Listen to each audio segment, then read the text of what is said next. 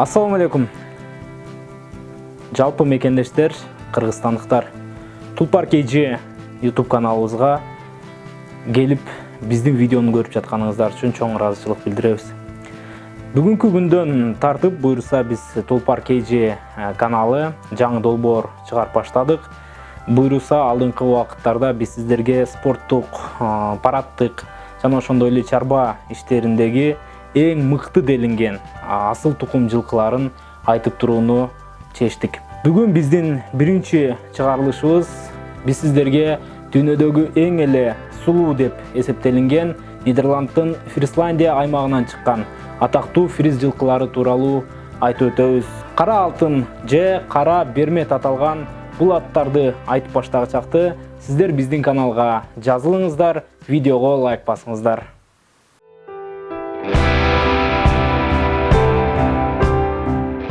Фриз жылкылары негизи биздин замандын ортоңку кылымдарынан бери бар деп айтылып келет.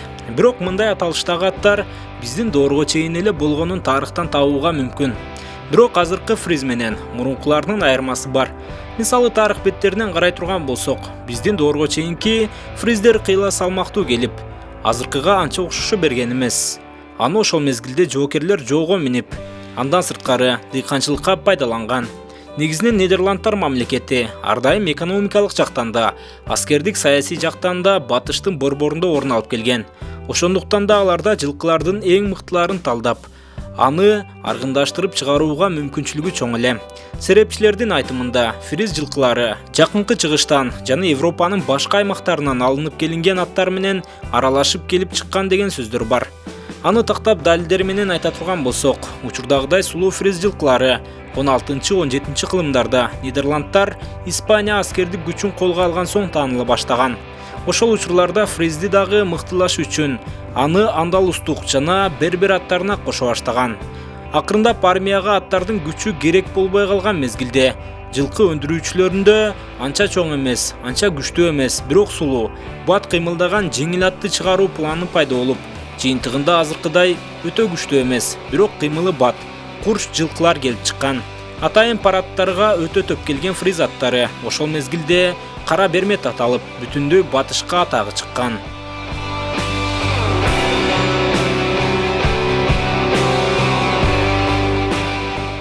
Бирок кийин бул сулуу аргымактын жоголуп кетүү коркунучу пайда болгон учурлар келет.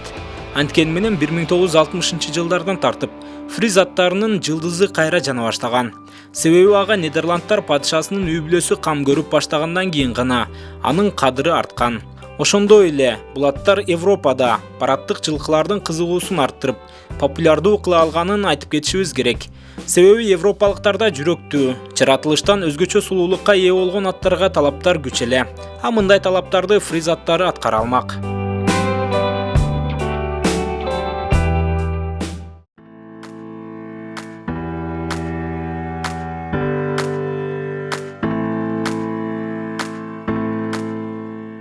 Мүнөздөмөлөрү.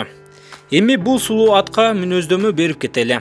Жөнөкөй көз менен карап туруп, фриздерди чоң аттардан айырмасы жок экен дешибиз мүмкүн. Бирок өтө деле чоң келбейт. Желкесинин бийиктиги 1,5 метрден 1 метр 60 сантиметрге чейин гана жетет. Анткени менен өзүнө төп келген дене түзүлүшү менен айырмаланат.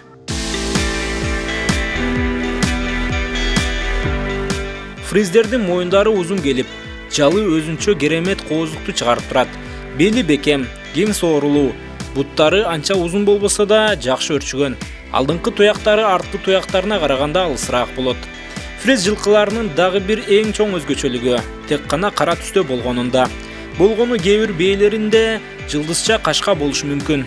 Бирок эркектеринде кара түстөн башка түстү көрүү мүмкүн эмес. Ал эми ак фриздер таза кандуу фриз жылкыларынын катарына кошулбайт.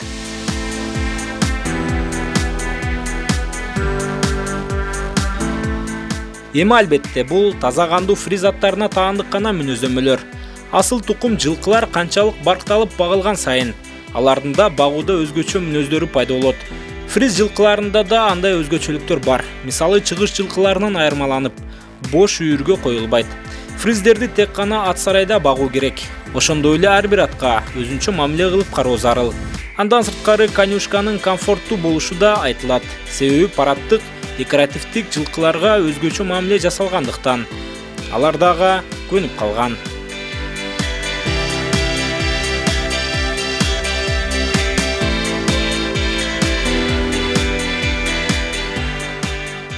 Албетте, жер жүзүндө кыбыр эткендин баары бир Кудайга тиешелүү экенибиз жалган эмес. Ошондуктан да ар бир кыбыр жанда артыкчылык жана кемчилик болор үчүн. Фриз жылкыларынын артыкчылыгы бул биринчиден сырткы көрүнүшү. Бүткүл дүйнө жүзү бул асыл тукум жылкыны идеалдуу көрүнүш үчүн баалайт.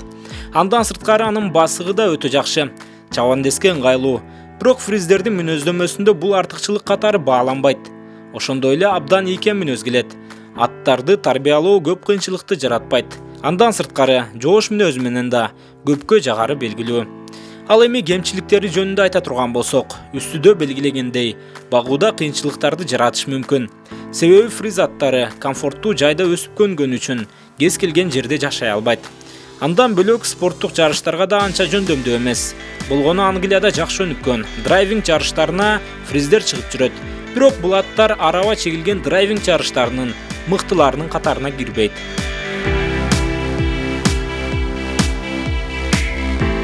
Бүгүнкү күндө Кыргызстанда таза кандуу фриз жылкыларын кезиктирүү дээрлик мүмкүн эмес.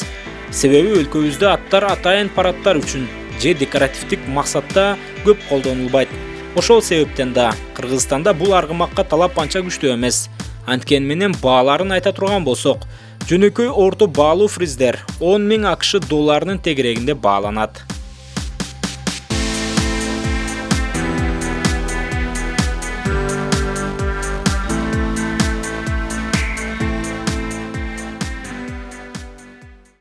Урматтуу биздин көрүүчүлөр, мына ушундайча сиздерге биз бүгүн Нидерланддын Фрисландия аймагынан чыккан эң эле сулуу делинген фриз жылкылары жөнүндө айтып өттүк. Эгерде долбоор сиздерге жаккан болсо, анда дал ушул видеонун алдына лайк басабыз, каналга жазылабыз. Кызматыңыздарда бул чыгарылышты алып чыккан мен Нурсултан Турузбеков болдум. Буюрса аманчылыкта кезиккенче бар болуңуздар.